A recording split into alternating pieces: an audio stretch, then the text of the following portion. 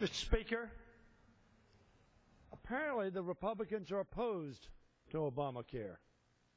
I know that comes as a shock to America, so we need to tell them one more time, or 37 times, or maybe a 38th or a 39th or a 40th or a 100th time. I don't know how many times we have to replay the election. There was an election in which this was one of the principal issues. And the proponent of health care for all Americans was elected by most Americans. Mr. Speaker, this vote, as we all know, is a waste of our time. It is, however, a political exercise. This will be the 37th vote to repeal health care reform since the Republicans took control of the House. It's exactly the same as the bill that we considered in July. That partisan bill was dead on arrival in the Senate, just as this one will be. And everybody knows it. In fact, the New York Times reported that since 2011, Republicans have spent no less than 15% of their time on the House floor. That's since 2011. 15% of their time on the House floor trying to repeal health care for all Americans. When President Obama was reelected after campaigning on the Affordable Care Act as a major first-term achievement, with the unanimous opposition of our Republican colleagues, and after the Supreme Court said, yes, this is a constitutional exercise of the Congress's authority, Speaker Boehner said, quote, Obamacare is the law of the land. I'd hoped that would be the end of wasted time and $52.4 million in taxpayer money on legislation to nowhere that would strip away benefits from millions and millions of Americans.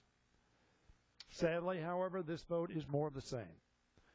It would increase out-of-pocket costs on preventive services for 105 million Americans, including 34 million seniors on Medicare and 71 million Americans covered under private plans. It would allow insurance companies to reimpose arbitrary lifetime limits on coverage for more than 100 million people. It would allow insurance companies once again to discriminate against and deny care to as many as 17 million children with pre-existing conditions. Now, Cantor Care tried to reverse that and had to be pulled from this floor because even a Republican-sponsored attempt at dealing with pre-existing conditions was rejected by our Republican colleagues. Mr. Speaker, the clock will not be turned back. May I have 30 additional seconds? You yield the whip an additional 30 seconds. Thank you, The gentlemen. gentleman is recognized for additional 30 seconds. Mr. Speaker, the clock will not be turned back. Obamacare is the law of the land. My words, Speaker Boehner's. You say this vote is necessary so that freshman members have a chance to get on record on a major issue. If they haven't gotten on record now, they're not going to get on record. If that is the standard for getting a vote on the floor, then let us have a vote on replacing the sequester, which you have denied freshmen the chance to vote on all year. That is what we ought to be spending our time on, getting our country on a sound fiscal path, creating jobs and growing our economy. No, we tread water. We waste time. We continue to debate for the 37th time the repeal of health care for all Americans. I yield back.